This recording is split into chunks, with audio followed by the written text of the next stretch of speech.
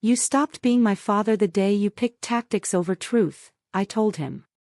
Then the world learned my rank as a 33-year-old general. Can you imagine standing there, at your own family gathering, watching your father toast your brother as a man of honor and brilliance, then looking you dead in the eye and dismissing you like dirt? And then, just seconds later, the TV behind him flashed breaking news, revealing who the real soldier was, and it wasn't who anyone expected. What the hell happened next? My name is Alexander Hayes. I'm 33 years old, a major general in the United States Army. But on that sweltering Missouri night, my own father, Robert Hayes, reminded me that in our family, titles meant absolutely nothing if they belonged to the wrong child. It was a suffocating July evening in Missouri. The kind where the air just hangs heavy, sticking to your skin, and the scent of hickory smoked ribs clings to everything. Our family ranch was all decked out, like the 4th of July decided to extend itself just for us. Adults were sipping Budweiser. Kids were playing tag between hay bales. On the surface, it was a picture-perfect scene, but I felt utterly out of place. I was in a plain flannel shirt, faded jeans, my boots still dusty. Everyone else was in designer polos, sundresses, their smiles perfectly manicured. My older brother, Michael Hayes, he was the star. Captain Michael Hayes. He held court in the center of the lawn, spinning stories about Pentagon strategy, rubbing shoulders with senators. People were laughing too loudly, nodding too eagerly. He was the chosen one, you know, always had been. I tried to catch my mother's eye. Sarah Hayes stood by the buffet, meticulously ladling mashed potatoes onto Michael's plate like it was some sacred offering. "Hey, Mom," I said. She just glanced at me, her smile tight and distracted. "Hi, sweetheart," she whispered quickly, her eyes already darting back to Michael. "Be sure to grab some corn before it's gone." And just like that, she turned away. Then Dad, Robert Hayes, rose from his chair. A glass of Four Roses bourbon in hand. The whole yard fell silent. His voice, aged by years of command and, well, arrogance, boomed across the gathering. "I'd like to make a toast." Every head turned. Phones dropped. Conversations died. He lifted his glass high and looked straight at Michael. "To my son, Captain Michael Hayes, a man who carries the Hayes family legacy with honor and brilliance." Applause erupted. Whistles, cheers, pride soaked the air like the humidity. Then he turned to me. For a second, our eyes met. His were icy, assessing, completely empty. He cleared his throat. "And my daughter," he added, "well, her choices are her own burden to carry." That was it. No name, no glass raised, just a dismissal so sharp it sliced through the cheers like broken glass in a punch bowl. The silence that followed. It was louder than any explosion I'd ever survived in combat. Even the crickets stopped. My stomach churned to stone. My breath caught in my throat. I stood there, suddenly hyper-aware of every person's gaze. The way the neighbor's kid's jaw dropped mid-hot dog bite. The way Michael grinned smugly into his drink. I just wanted to vanish. Then came the twist of fate no one expected. The outdoor bar's flat-screen TV, which had been playing baseball highlights, suddenly flickered and switched to a special news bulletin. The host's voice was somber. "We've just received confirmation from the Department of Defense." My heart actually stopped. The screen filled with the Pentagon seal, then my photograph in full Army combat uniform. My face, my name, my rank. The cheerin' read, in bold red, breaking, 33-year-old Major General Alexander Hayes, the strategic mind behind global AI counteroffensive. The silence was absolute. No one clapped. No one cheered. My father's bourbon glass trembled in his hand, the amber liquid shivering with it. The pride in his eyes drained like a faulty dam. And me? I didn't smile. I didn't bask in it. I felt nothing. Or maybe I felt too much. A flood of rage and sadness and vindication, all battling to rise. But mostly, I felt a hollow pit in my chest, as if I'd jumped from 10,000 feet without a parachute and was still falling. They saw me now, but not as a daughter, only as an anomaly. And still no one said a word. As I stood there, frozen, my fingers clenched involuntarily around the condensation-slick bottle of water I hadn't even realized I was holding. No one met my eyes. Not my uncles, not my cousins, not even the neighbor whose son I'd once pulled out of a flipped pickup during a flash flood. Everyone looked at the ground, at their drinks, anywhere but me. The TV kept playing my name again, this time with a scrolling headline about my contributions to the International Task Force Against Rogue AI Combat Systems. But no one commented. Not a single, that's incredible. Or, I had no idea. Just silence. I turned and walked toward the house. My boots thudded against the wooden porch. Each step felt heavier than the last, like the weight of every year I'd spent fighting. Not just wars abroad, but for a space to breathe in my own family. I passed the picture wall in the foyer. Photos of Michael at West Point. Michael shaking hands with politicians. Michael standing with Dad next to a new truck. My face was nowhere. In the kitchen, I stared at the counter. My mother's strawberry pie sat there untouched. I had made that pie. I'd brought it, hoping maybe, just maybe, it would earn a small moment of warmth. But no one had asked who made it. And now it sat like me, unnoticed. Behind me, the back door creaked. I didn't turn. I didn't have to.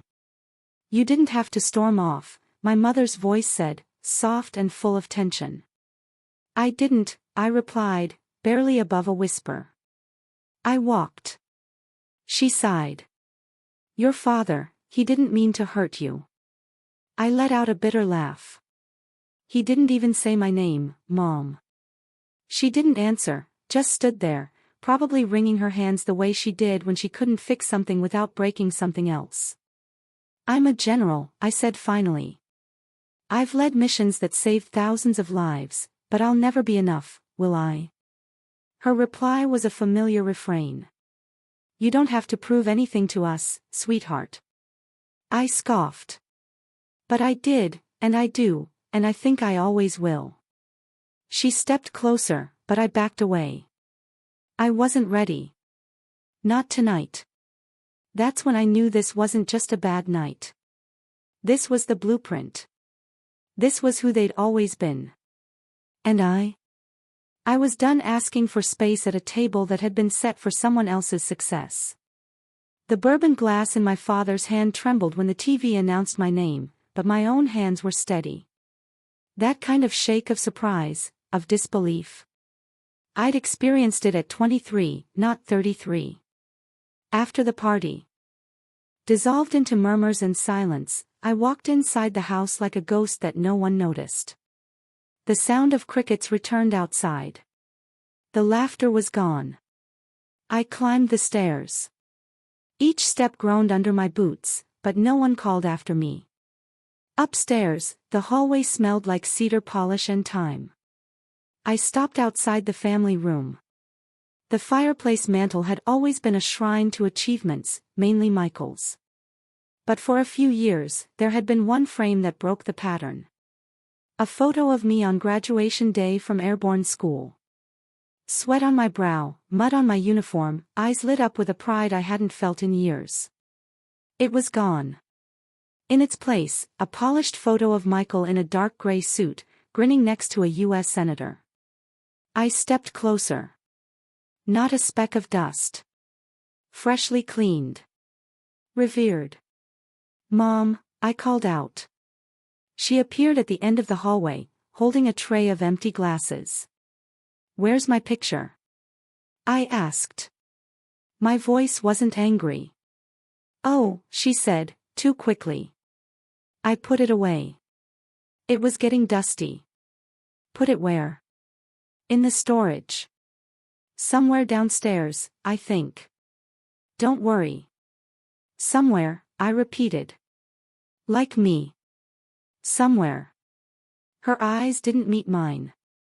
She vanished down the stairs without another word. That's how I found myself in the attic 15 minutes later.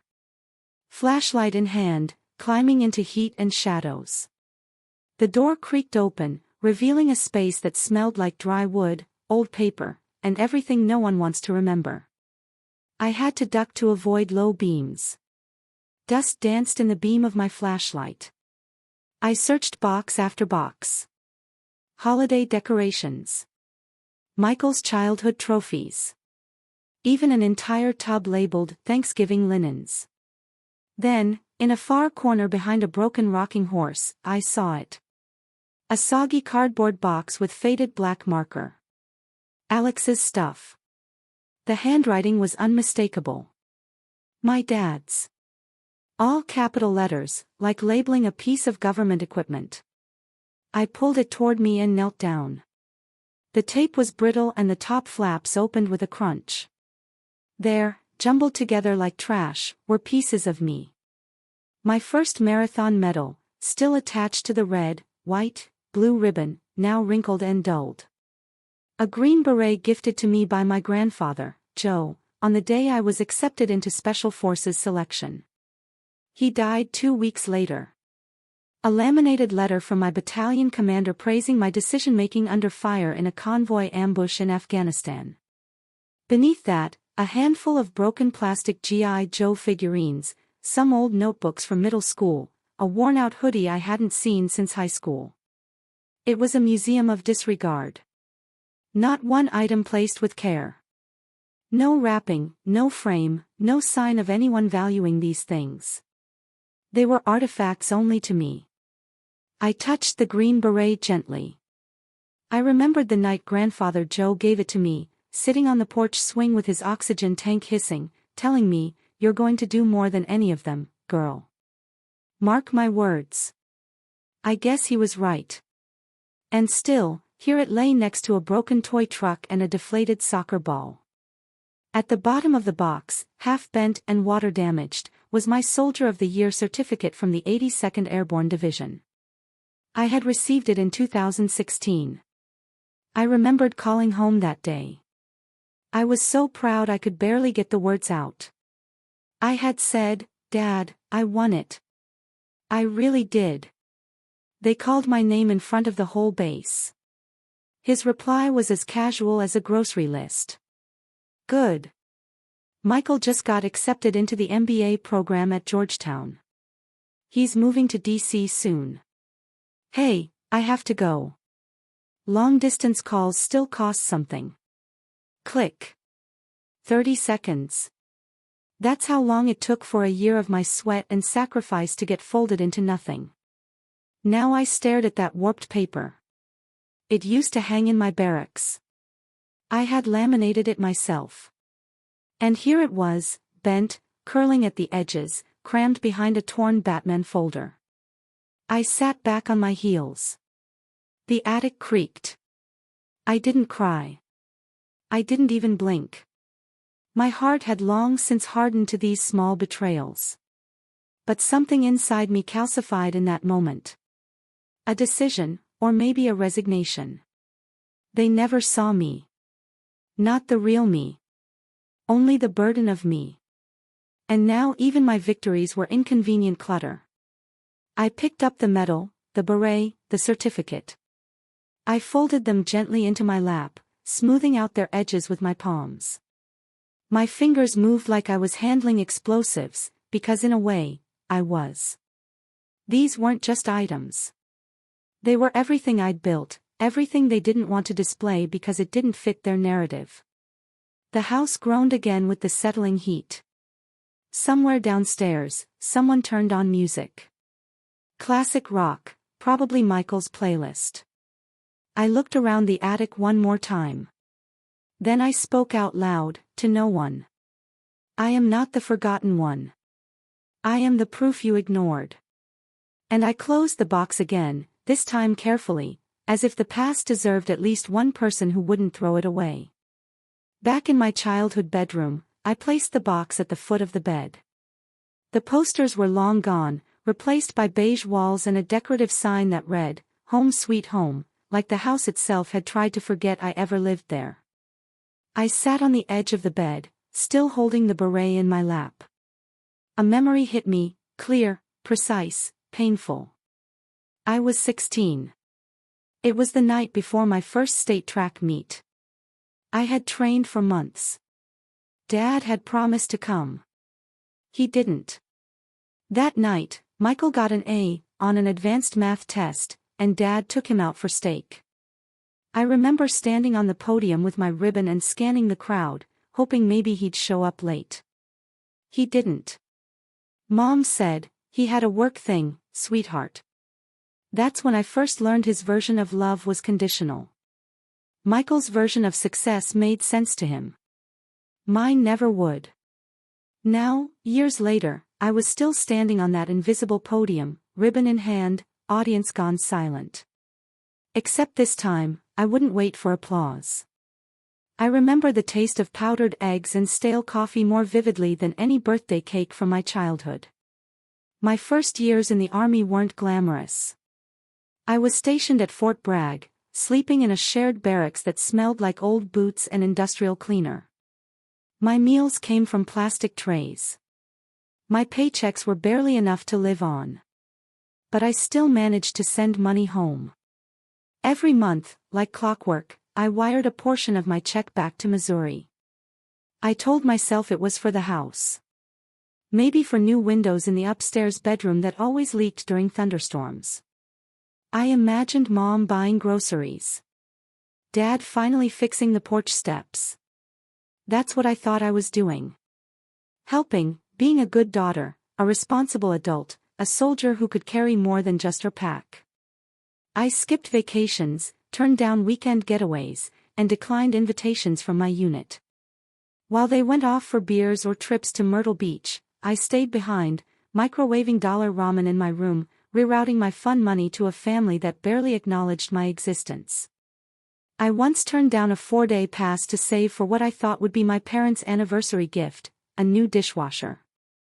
I ate off cardboard so Michael could eat off porcelain. Then came the call. It was a Sunday afternoon, the kind where I let myself indulge in a second cup of coffee and half a chapter from a Clancy novel. Mom called while I was folding laundry. Her voice was cheerful, rushed. "Thanks for the money, honey," she said. Michael looked amazing in that Armani suit. Fit him like a glove. Perfect for the New York trip. The networking went great, by the way. You should have seen the photos. At first, I didn't understand. I actually smiled like an idiot. "What photos?" "Oh, you know, from the mixer. That rooftop event at the Empire Hotel.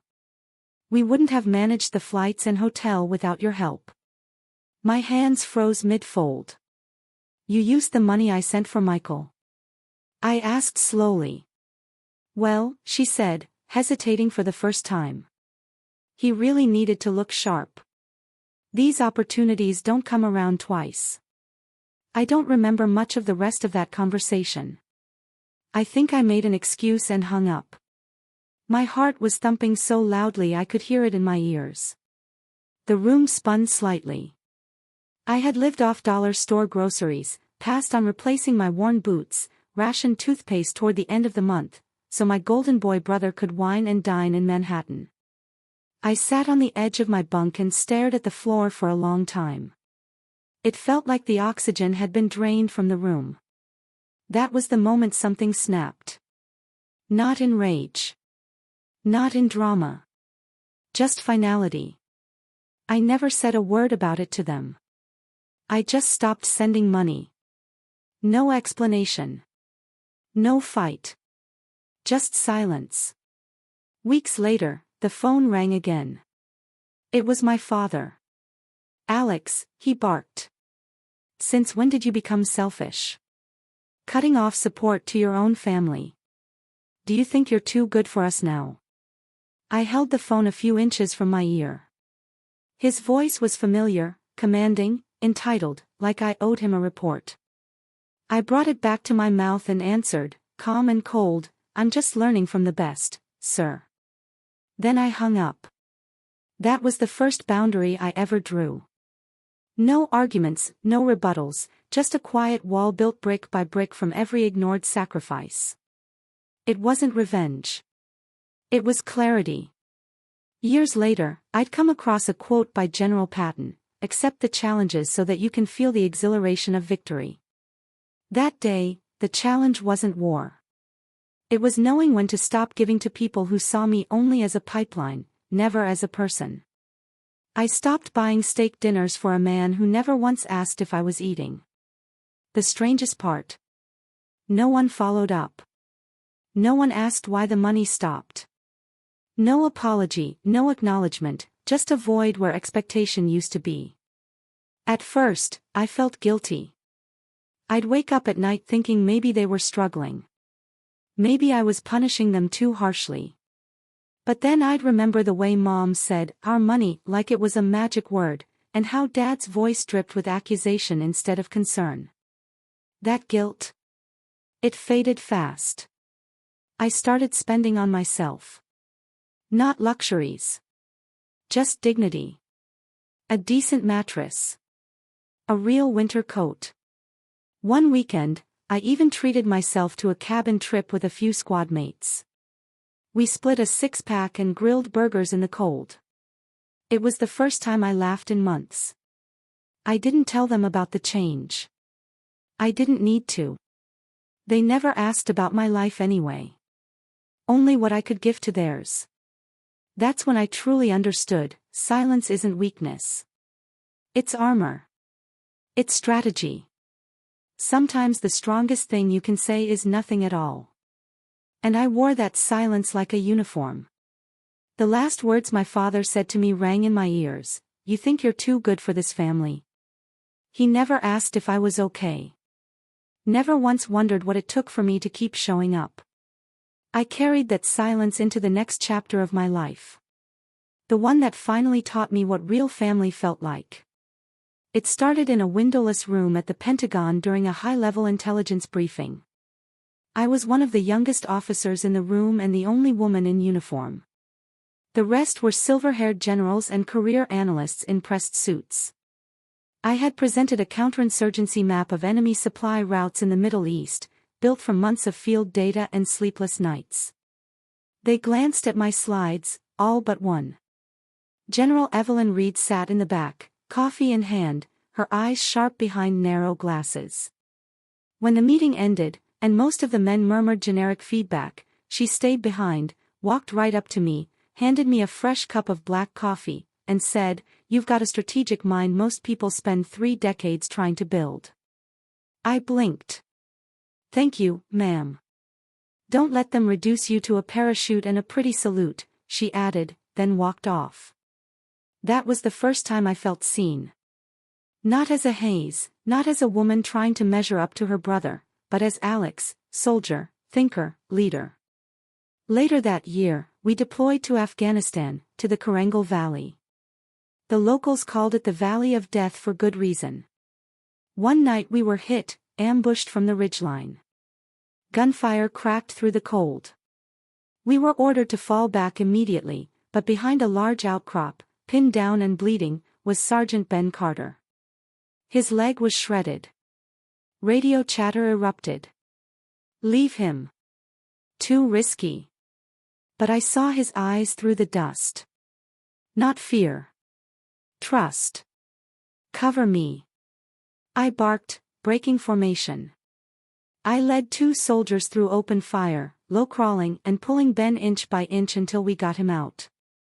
That night in the field hospital, Ben was groggy from morphine. I sat on the edge of his cot. He pulled a crushed chocolate bar from his vest and broke it in half, handing me the bigger piece. "Thanks for not leaving me behind, Major," he whispered. I smiled. "You would have done the same." He shook his head slowly. "Not everyone would have. But you did." That bar was half melted, tasted like chalk, and remains the sweetest thing I've ever eaten. Over time, I came to realize family wasn't who raised you. It was who showed up in the fire. It was early morning spent sipping bitter instant coffee with tired teammates who hadn't slept, but still asked if you were okay. It was the silence after a failed mission when someone squeezed your shoulder without saying a word. It was the unspoken pact, I'll carry you when you can't carry yourself. That's what they gave me. What my real family never could. Then came the letter, sent to my APO, handwritten in that sharp, arrogant cursive I knew too well from Michael. For a split second, I let myself hope. Maybe he'd changed. Maybe he finally cared. But no. He wrote to ask me for a favor. Said he was trying to get an invite to the U.S. Army Association Gala in D.C. Thought maybe I could pull some strings as a senior officer. Not a single word asking if I was safe or alive. Just a request. Another transaction. I folded the letter slowly, walked it to the burn barrel behind our tent, and dropped it in. It flared up in an instant. Bright. Empty. Gone. That night, Ben tossed me another chocolate bar. Mail call? He asked, half grinning. I nodded. Junk mail. We laughed. That was the moment I knew I didn't have to keep chasing a seat at the Hayes family table, because I already had one out here in the dirt, among people who would never let me walk alone. And for the first time in my life, I didn't feel like a burden. I felt home. Later that week, Eve pulled me aside before another mission briefing. She looked at me for a long moment, then said, "You know, Hayes, leadership isn't about rank. It's about who still follows you when the bullets stop flying." I nodded. Sometimes it's the only thing that makes sense. She smiled, barely. You've got it. Don't waste it chasing ghosts. Her words stayed with me because ghosts were exactly what my old life had become. Faint outlines of people who once mattered, now just shadows in my rear view. And I stopped looking back. We made a habit of gathering near the comms tent late at night, huddled around metal mugs and jokes that only made sense to those who had stared down the same barrel. We shared stories, pain, silence. That's where I belonged. Not in living rooms lined with polished portraits, but in muddy boots and worn hands that knew how to hold weight. This was my family, not by blood, but by choice. And that made all the difference. It started on a Monday morning like any other. I had just stepped into my office at the Pentagon, coffee in hand, boots still damp from the rain outside. My inbox was already a war zone. I was halfway through reading a briefing when my phone buzzed once, twice, then non-stop. Something was wrong. I looked up. A few colleagues were staring at me across the hallway. Not curious. Concerned. Eve appeared at my door. No words, just a look. She nodded toward the break room. The television was on, and there he was, Andrew Vance, my cousin, in full West Point dress uniform, seated on the Fox and Friends morning set. His smile was modest, his hair was perfect. He was being introduced as one of the brilliant minds behind Operation Iron Echo. My operation. He spoke slowly, reverently, as if recalling trauma that had aged him. It was the hardest decision I've ever made, he said, voice trembling slightly. We were losing control of the AO. I had to step in. We pushed back. It cost lives, but we prevailed. I stood frozen, as he described, down to the radio commands, terrain layout, even the moment of enemy retreat. Events that only someone in that room would have known. Only me. And then, as if the performance needed an Oscar, he paused and choked up. I still remember the faces of the men we lost. We didn't leave anyone behind. A single tear rolled down his cheek. Eve cursed under her breath. He's using your debriefing notes word for word. I didn't speak. I couldn't. I stared at the screen as America listened to a lie. Not a misquote. A full-blown hijacking. And I wasn't just erased. I was replaced. The moment the segment ended, I stepped into the hallway and called my father. He picked up after one ring. "Alex," he said, like nothing had happened. "You saw the interview?" I asked. "Of course," he said. "Andrew did great. Polished, confident. The country needs heroes like him." I felt my throat tighten. That was my operation. He took my work, my decisions. He sighed. "Look," I told him, he could go ahead with it. He needed a boost for his future. "This helps the family image. You're already a general. What's the harm in sharing the spotlight?" "Sharing?" He stole it. "You're being selfish," he said. "Don't make this about ego, Alex." Ego. I nearly dropped the phone. To him, this wasn't betrayal. It was strategy. A brand. And I was just a pawn in the Hayes family's legacy campaign. "Goodbye, Dad," I said, and I hung up. For a few minutes, I just stood in the hallway, my mind roaring with static. Then my phone buzzed again. A colleague sent me a link, an article just published on a respected military blog titled, "Inside Iron Echo, the Rising Star of Military Intelligence." There was a photo of Andrew, cropped perfectly to show his academy ring and commendation badge. The piece praised his unparalleled tactical instincts and cited sources inside the Pentagon, who confirmed his heroism during the operation. Sources. I didn't need a name. I recognized the cadence of the sentences, the way the quotes were shaped. Michael, my brother, the public affairs golden boy, had planted the story. He knew how to work the media, how to bury credit and inflate fiction. He didn't just help Andrew, he orchestrated the narrative. I read it again. One phrase stood out: while senior officers remained hesitant, Lieutenant Vance took bold action. That wasn't just a lie. That was a dagger. I slammed the laptop shut and clenched my fists. Every sacrifice I made, every scar, sleepless night, lost friend was now fuel for a PR stunt. Not by the enemy, but by my own family. No, by the men who were supposed to protect me. By the same father who once called me a burden. By the brother who never saw me as more than a threat to his spotlight. By a cousin who cried on national television with tears made of kerosene. That night, I sat alone in my apartment, lights off, TV muted. I stared at the ceiling and thought, this is war. Not the kind fought in deserts. The kind where truth is a liability, where silence is permission, where family becomes a weapon. I used to think the battlefield was behind me. I was wrong. It had just moved indoors. The next morning, I received an internal memo, requests from press outlets for comments, confirmations, sound bites. The floodgates had opened. Andrew's name was trending. The blog post had been picked up by other military news sites, and I had become a ghost in my own story. Eve walked into my office with 2 coffees. She sat one down in front of me without a word. Then she sat across from me and looked me dead in the eyes.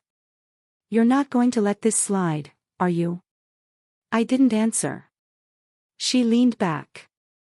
"You've kept quiet long enough, Alex. You let them call you a burden. You let them take your money, your credit, your dignity. But this," she tapped the desk. "This is war." I took a sip of coffee. It was bitter, strong, the kind that burns on the way down. "I'm done being quiet," I said. She nodded. "Then let's get loud." I opened my laptop. I started gathering every shred of evidence I had: debrief logs, field reports, chain of command emails, briefing slides with my digital signature. I was going to burn the lie down to the foundation. If they wanted a storm, I'd give them a hurricane. Not just for me, but for every woman who ever sat in a war room and got told her brilliance was just a nice accessory. For every soldier whose silence was mistaken for surrender. I wasn't erased. I was just loading. The email arrived at 0700 sharp. Subject line, suspension pending security review, priority. I stared at it for a full 10 seconds before opening. The sender was official, Office of Army Personnel Command. The tone was sterile, direct, effective. Immediately, I was suspended from duty, pending an investigation into a potential security breach involving classified drone reconnaissance data. My breath caught. They were accusing me of leaking military intel. 15 years in uniform, no violations, no strikes, not a single missed review. And on the anniversary of my enlistment, July 8, 0600, Fort Jackson, they chose this exact day to send it. Coincidence? No. Precision? Yes. The attached PDF outlined the charge. Breach of Category 1 Security Protocol. The name signing off at the bottom wasn't real, but I recognized the alias, MJR, Delta, a ghost signature used by high-level clearance staff. Only a handful of people could authorize this kind of action. One of them was General Marcus Thorne. He'd hated me since the Cowbell Intel shakeup. I exposed a flaw in his drone command model. Cost him 2 contracts and a promotion. And now he was backing Andrew, my cousin, the man who stole my operation. This was retaliation wrapped in protocol. A kill shot by spreadsheet. My hands clenched around the mouse. They weren't just trying to silence me. They were going to bury me. I sat motionless in my empty office. Outside, DC traffic droned like nothing had changed. But inside me, something snapped. Not like a twig. Like steel under pressure. The kind of break you don't hear until the damage is irreversible. For years, I'd stayed quiet. When my father called me a burden. When Michael drained my paycheck for Armani suits. When Andrew cried fake tears on national television with my war story in his mouth. I swallowed it. But this wasn't family politics. This was an erasure, institutional, deliberate, coordinated. I leaned back in my chair, fluorescent light buzzing above me, and I remembered something, an old TED talk I'd watched during my 3rd tour. Brené Brown talking about vulnerability. Vulnerability is not weakness, she said. It's our greatest measure of courage. I never wanted to be vulnerable. But now I had no choice. I could either disappear quietly, or detonate. I stood up, walked to the window, and made a decision. I wasn't going to hide. I wasn't going to beg. They wanted a war. They picked the wrong soldier. Instead of calling legal, I pulled out my secure line. It had one number programmed into it. It rang once, twice, then a voice answered. I was wondering when you'd call, General. Ghost, I said, my voice still flat. Miss me? There was a pause, then a laugh. Low, amused. Target acquired, he said. What's the plan? We expose them. Every message, every access point, every shell company they use to funnel this garbage. I want the chain of command, full thread. And when we find it. I looked out the window. The Capitol dome glowed faintly in the heat haze. Then we burn it down. That night, I didn't sleep. I wrote. Not a resignation. A war map. I listed every officer who could have authorized the fake report, every known alias tied to Thorne. I dug through old comm logs, pulled favor strings with 2 intel contacts, and sent encrypted pings to former comrades who owed me more than drinks. By 0300, Ghost sent back his first hit. A shell server in Arlington, pinged from an IP inside the Pentagon. They hadn't even tried to hide it. Sloppy. Arrogant.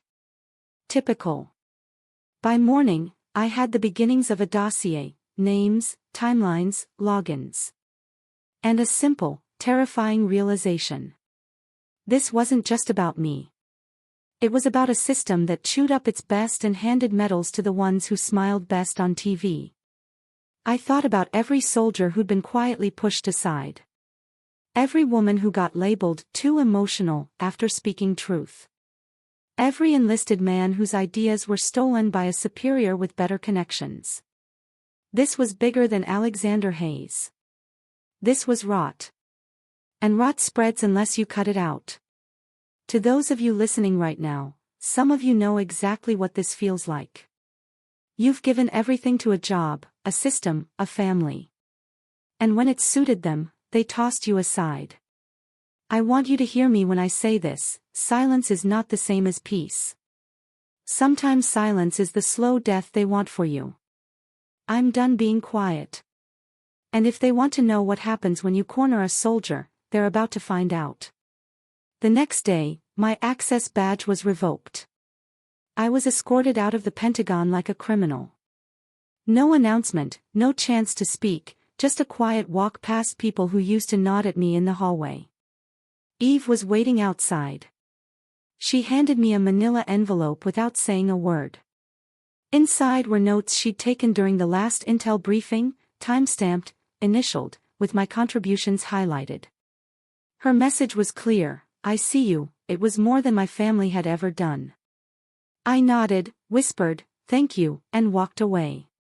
By nightfall, I had moved my operations to a secure workspace Ghost provided in an underground server farm outside D.C. We set up dual screens, live comms, and encryption layers even the NSA would blink at. "We're not hacking," I told him. "We're restoring the truth." He just grinned. "Whatever helps you sleep, General." But I didn't sleep. Not yet, because I knew the storm hadn't peaked. It was just beginning. The room was dark except for the pale green glow of 6 monitors. Arlington, Virginia. One of Ghost's many nests. He worked like a machine. No music, no coffee, no unnecessary words, just the rhythm of fingers across keys and the occasional muttered curse. "Someone got lazy," he said. I leaned forward. "What did you find?" "They copied your biometric ID, used a clone on the internal Pentagon net, but whoever did it left a breadcrumb." He pointed to a screen. Login events traced to a static node inside Thorne's office. Military IP, not a proxy. I exhaled sharp and short. So, he didn't just approve the suspension, he executed the breach. Ghost nodded. "And it gets better." He brought up an encrypted email string. The header was familiar. mil.en.th.gov, suffix. Thorne's digital signature. But the recipient? Andrew Vance, I said aloud. Subject line, narrative coordination, Operation Iron Echo. Ghost decrypted the body. "In exchange for public cooperation with media exposure, you'll be granted a classified clearance slot in Military Intelligence Command contingent on confirmation of public engagement outcomes." I closed my eyes for a moment. It wasn't just about stealing a story. It was a trade deal. My operation for Andrew's promotion. I felt my jaw tighten. "Keep digging," I said. While Ghost continued his sweep, another name popped up on my screen. Clara Miller, investigative journalist, sister of Sergeant Ben Carter. She messaged me directly.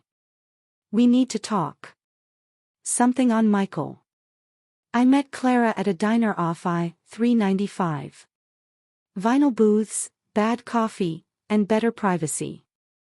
She was already there, flipping through a small notebook. "I started digging after what happened to Ben," she said. "I didn't like how the story shifted, and I really didn't like your name disappearing from it." She slid a small recorder across the table. "I've been tracking Michael's meetings. He's met with at least 4 military correspondents in the past month. All off the books, no transcripts. She clicked play. My brother's voice. Smooth. Casual. My sister, she's got medals, sure, but don't confuse luck for talent. The real skill, that's knowing how to shape the narrative. Clara paused the recording. I also have a source, a junior staffer. He overheard Michael saying the whole Andrew campaign was a cleanup job for your PR. I shook my head, biting back something between a laugh and a scream. He wasn't just helping Andrew. He was positioning himself as the handler, the genius behind the myth. And I was a tool. Clara pushed a folder across the table. Inside were printouts, journalist communications, metadata from the stories, IPs, timestamps, evidence of pre-written quotes. They planned it all weeks in advance, she said. Before Andrew went on Fox and Friends, I whispered. They knew exactly what they were doing. She nodded. They wanted you out of the story, out of the picture. I left the diner with shaking hands and a folder full of betrayal. Back in Arlington, Ghost looked up when I entered. Check this, he said. Up came a new screen. You recognize this email address? I blinked. It was my father's personal Gmail. He's not careful, Ghost said. Never was. He opened a chain of emails, plain text, no encryption, like two old men gossiping over a drink. Except these two were General Thorne and Robert Hayes, my father. The subject line, behavioral patterns, Alex. I sat down slowly. Thorne had asked for psychological context, and my father had delivered. He wrote about me in the third person. Alex has always shown volatility under pressure. She resents male authority. Prone to outbursts and idealistic rigidity. May require monitoring for long-term leadership stability. I stopped reading. He gave them the profile they needed to justify your takedown, Ghost whispered. He didn't need to plant false evidence. He just let my scars speak louder than my record. And he handed them the knife. I stared at the screens, at the emails, at the timeline we'd built. Father, brother, cousin, mentor turned adversary. Each played their part. Each saw me not as a daughter, sister, soldier, but as an obstacle. And yet, I didn't feel broken. I felt ready. That night, I sat alone in the dim light of Ghost's bunker, folder in one hand, black coffee in the other. Clara's evidence was solid. Ghost's data airtight. The threads were clear, converging at a single point. But strategy wasn't about emotion. It was about timing. I opened a worn notebook, the one I kept from my days at command school. On the inside cover, I had scribbled one quote years ago in red ink, "Know thy enemy. Know thyself. And in 100 battles, you will never be defeated." Sun Tzu, The Art of War. I turned the page and began outlining phase 1. We wouldn't go public yet. Not until the foundation was rotted enough to crumble under its own weight. We needed one more piece, one misstep from their side to trigger everything. Ghost prepped the packet. Clara began prepping a teaser for the press. And I started rehearsing a different kind of mission briefing. One where my weapon wasn't firepower, but evidence. One where the battlefield wasn't foreign soil, but a live broadcast. And for the first time in weeks, I slept. Not out of exhaustion. But resolve. The hearing room was packed. Capitol Hill Committee on Armed Services. C-SPAN cameras live-streamed everything. The walls felt like they were sweating under the tension. General Marcus Thorne sat on the front row in his full dress uniform, the sheen of metals across his chest like armor. To his left sat Michael, polished, pressed, unreadable. And next to him, Andrew Vance, clearly coached, clearly smug. And I I walked in through the center doors, spine straight in my own ceremonial blues. I didn't smile. I didn't waver. The air changed the moment I took the stand. A senator from Delaware opened the session. General Alexandra Hayes, you've requested this opportunity to respond to serious allegations. The floor is yours. I nodded once and adjusted the mic. For 15 years, I served this country in silence. I planned missions, protected lives, and accepted the cost of wearing this uniform. I never asked for recognition. I only asked for truth. But truth, it seems, was inconvenient. I paused. The room didn't breathe. And now I will show you exactly why I was suspended. Not because of wrongdoing, but because I knew too much. I motioned to the staffer. The first video appeared on the large screen behind me. It was Andrew on Fox and Friends, describing the Iron Echo mission. Polished. Scripted. Full of dramatic flair. Then I played the mission audio, black box feed from our operation in the field. My voice barking orders, coordinating airstrikes, saving Sergeant Ben Carter's team under live fire. There was no Andrew, only me. A murmur rolled through the gallery. I raised my hand for silence. Andrew Vance was never on that mission.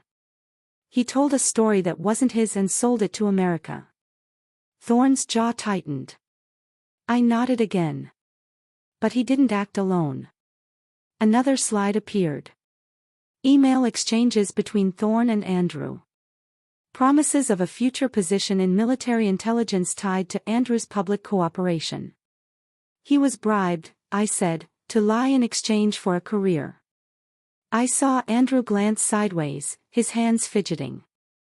Let's move on to Michael Hayes, I continued. Senior Public Affairs Officer at the Pentagon. I tapped the clicker.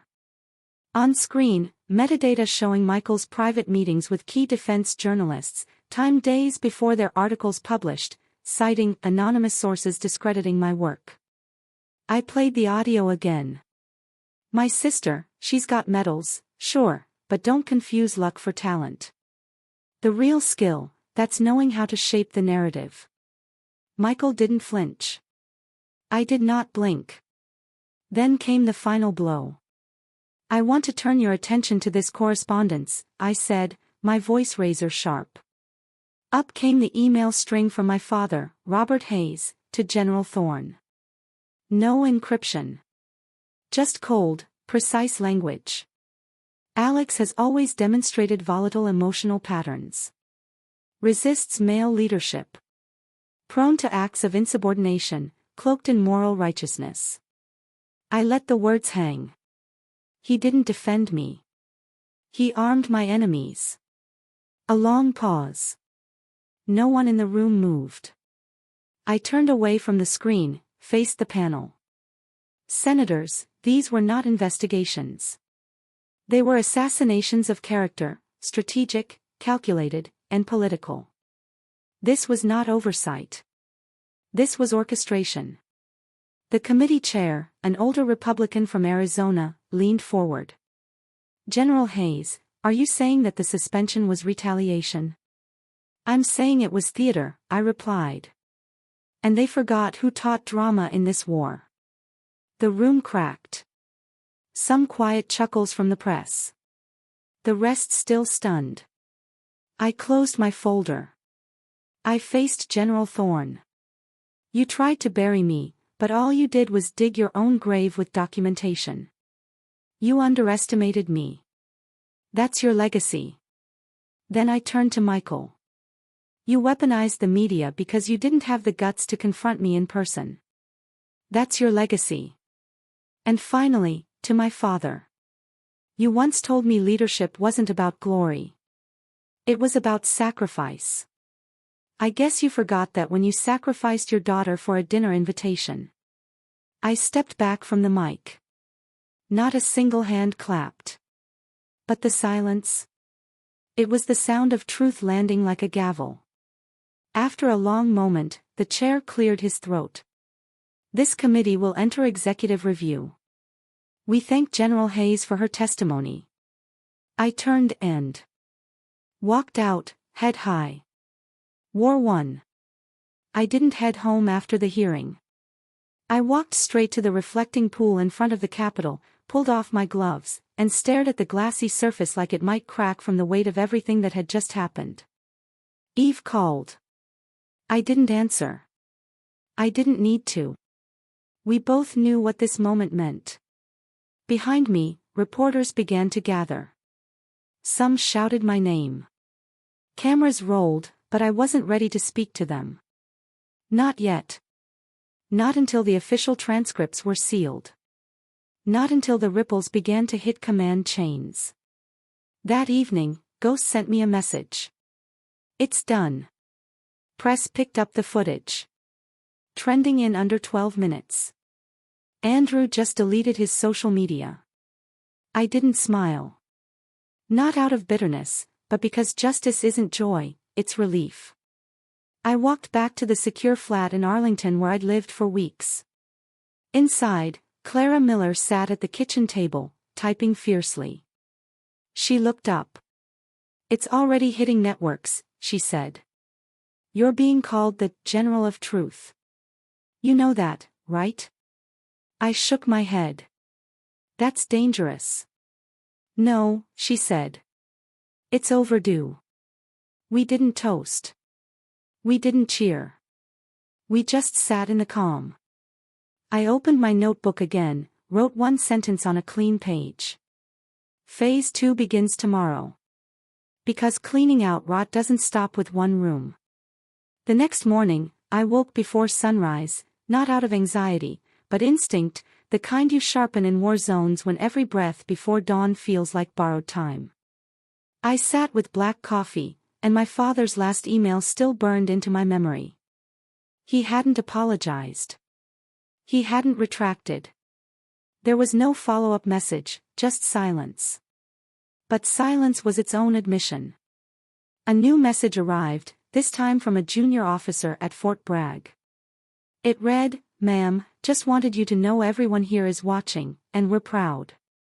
One line, but it cut through more than 1,000 press headlines ever could.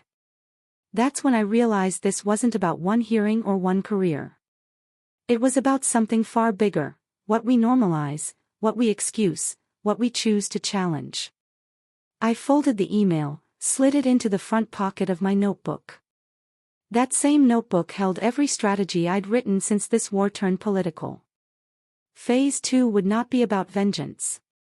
It would be about reconstruction, the kind that starts with naming what was broken and refusing to rebuild it the same way. That's how institutions change, one refusal at a time. The air along the Potomac carried a chill that morning. Thin, gray, unforgiving. I arrived early, not because I was eager, but because I needed time to breathe before he showed up. I found the bench he'd mentioned in the email, halfway between the footbridge and the boathouse. It was quiet, shielded from joggers and morning strollers. The river moved slowly beside us, like it too was holding its breath. My father arrived 6 minutes late. He looked smaller somehow, slower. His once imposing shoulders seemed to slope under a weight. He finally noticed. "Alex," he greeted, voice low. I nodded, not standing. "Mr. Hayes." He sat down beside me, hands clasped tightly in his lap. I wanted to say I'm sorry. There was no conviction in his tone. No weight. Just air. For what exactly? I asked, still watching the river. For all of it, I suppose, he muttered. I thought I was protecting the family legacy. I finally turned to face him. Legacy, I repeated. Is that what you call it? A web of lies, control, and betrayal wrapped in a family crest. He winced, but said nothing. I've spent most of my adult life trying to prove myself worthy of your name, I continued. But your name doesn't mean truth. It means silence. And I'm done living in it. He tried again, this time with that weary paternal softness that once worked on me as a child. Whatever's happened, I'm still your father. I shook my head. You stopped being my father the day you chose strategy over honesty. When you gave away parts of me to protect a legacy I never believed in. When you tried to erase me and called it love. I pulled the old house key from my coat pocket and set it on the bench between us. That's for the farm. I won't be back.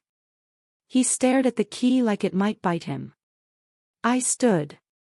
This is the last time we speak, I said. Goodbye, Mr. Hayes. I didn't wait for a response. I walked away. The wind from the river caught the edge of my coat and pushed me forward. It felt like release. A week later, headlines rolled out like dominoes. General Marcus Thorne, retired with disgrace. No ceremony, no salute. Andrew Vance, expelled from West Point. The Academy issued a rare public statement citing ethical violations. Michael, reassigned to a quiet base in Montana. He didn't call. Neither did I. Clara Miller sent me a copy of the transcript, uncut. The hearing, now part of the public record. Then the call came. General Hayes, the President's Chief of Staff, said over a secure line. The President would like to offer you a formal promotion and a new strategic advisory post at the White House. I let the silence linger a few seconds longer than necessary. I'm honored, I replied. But I'm not interested in a new rank. What I want is to rebuild on my terms. The line went quiet then. We respect that. That evening, I sat with Eve on the back patio of her Arlington townhouse. She poured 2 bourbons and lit a small fire in the stone pit between us. You did it, she said. No, I replied. I survived it. There's a difference. She nodded. You're not going back, are you? I looked up at the night sky, cloudless and infinite. No, I said. I've seen what rot looks like when it wears stars on its shoulders. I want to build something different. She raised her glass. To burning down what no longer serves. I clinked mine against hers. To planting something better in its ashes. We sat there in silence. No plans. No strategies. Just breathing. For the first time in years, I wasn't fighting. I wasn't chasing approval. I wasn't pretending I was okay. I was simply free. The next morning, I opened the small, leather-bound journal I'd carried through every deployment. Most pages were filled with coordinates, strategic sketches, fragments of field intel. But now I turned to a fresh page. At the top, I wrote, "What does a life look like when it's built from truth?" I didn't have an answer yet, but I knew the old answers, the ones handed down by my father, by the institution, by the silent code of duty above all, were done. I reached out to Ghost that afternoon. He was already working on something new, a digital archive for whistleblowers inside the defense system. Anonymous. Encrypted. Ironclad. You in? He asked. More than in, I told him. I'll fund it myself. He whistled low. Damn, you're not playing around. No, I said. I've played their game long enough. Later that day, I went to visit Sergeant Ben Carter, now in rehab after another surgery. He smiled when he saw me, despite the pain in his eyes. You took down giants, he said. With words. I shook my head. With truth. He nodded. Same thing. Before I left, he handed me something wrapped in cloth. It was his unit patch, faded, scorched on the edge. I want you to have it, he said. Because you didn't leave me behind. Ever. I swallowed hard and slipped it into my coat. That night, I sat by the window with my notebook open again. This time, I wrote, let them inherit ashes. I'll inherit clarity. I didn't go back to the Pentagon. I went home, not to the Hayes family farm. I had left that behind with the old key and the ghosts that never learned how to let go. Instead, I bought a modest piece of land on the edge of Jefferson County, Missouri. Acres of oak trees and open sky. Far enough from the past, but close enough to rebuild something honest. That's where I founded the Hayes Institute for Honorable Leadership. The name wasn't about pride. It was reclamation. I was taking back the word Hayes, not for legacy, but for foundation. The institute became a sanctuary, not of silence, but of voice. A place where young officers, returning veterans, and civilian leaders came to learn the kind of strength that doesn't shout, the kind that holds. We taught ethics in combat, humanitarian strategy, resilience of the mind. We told the truth about war, not just its violence, but its moral weight. What it takes to keep your humanity intact when everything around you asks you to surrender it. Some days were hard. There were faces in those lecture halls that reminded me of my own reflection a decade ago. Tight-jawed, closed-hearted, trying not to drown in invisible wounds.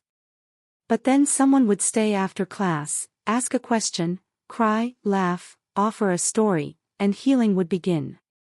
Not from me, but from the space we'd made together. One overcast afternoon in early spring, my mother showed up. I was kneeling in the memorial garden, pulling out winter weeds, when I saw her brown boots step onto the gravel path. She didn't say anything right away, just crouched beside me and picked up the trowel I'd set aside. We worked in silence, the kind that wasn't empty this time, but willing. When the last flower bed was cleared, she reached into her coat pocket and placed something in my palm. My first marathon medal, the one I thought they'd thrown away. It was polished, smooth, like it had been waiting. "I'm sorry," she whispered. I wasn't brave. I didn't say anything. I didn't need to. I just closed my fingers around the medal and nodded. I wasn't forgiving her for the past. I was forgiving myself for carrying it so long. Weeks passed, classes grew, applications tripled. One evening, I stood at the back of the main hall, watching a group of cadets laugh over their notes and coffee. The whiteboard was still marked with notes from the last session: philosophy, tactics, purpose. That night, I wrote a new lecture, not about victory, not about medals, but about betrayal, loss, and how those things, if faced with courage, can shape the kind of leader no school can fabricate. I opened class the next morning without preamble. What makes a leader worth following? I asked. Silence. And then stories came. About broken commands, saved lives, mentors who had failed, and moments they could have given in but didn't. When it ended, I walked to the board and wrote 4 words: honor is not inherited. It is built. I stood beside it for a moment, the marker still warm in my hand. That was the legacy I wanted. Not one carved in stone, but one planted, watered, lived, and finally let go. That night, after everyone had gone, I walked the perimeter of the land. The stars were clear above Missouri, unbothered by memory, untethered from bloodlines. I found myself thinking not about battles or hearings or betrayals, but about the simple rhythm of rebuilding, of mornings that began with black coffee and the hum of cicadas, of veterans in work boots clearing trails behind the lecture hall, of planting something that would last longer than I ever would. I kept a stack of books in my office, worn copies of Marcus Aurelius, Seneca, Epictetus. Most had notes in the margins, left there from my time in Kabul, in Seoul, in Arlington. I taught from them, not as doctrine, but as an invitation to examine, to choose, to live with principle when applause and rank were gone. One of our cadets, a young woman named Chen, stayed late one evening. She was restless, eyes sharp. "Ma'am," she said, "how do you know when to stop fighting?" I thought of my father, of Andrew, of Michael, of the battlefield in the boardroom and the Senate floor. "When the battle costs you more than the wound," I said. "When you realize peace is not the absence of conflict, it's the presence of alignment. She didn't write that down. She just nodded. And that told me she understood. I wasn't building a legacy of power. I was building a place for truth to breathe, and that was enough. If you stayed with me all the way here, thank you. This wasn't just a story about betrayal and power. It was about choosing who we become after the ashes. Maybe, like me, you've carried wounds others never saw. Maybe you're still rebuilding, or trying to find your voice after being silenced. Have you ever felt so completely erased by the people who were supposed to be your safe harbor? Or rebuilt your life from the ground up when everyone expected you to fail? Tell me what you think, or your own story, in the comments below. I really want to know.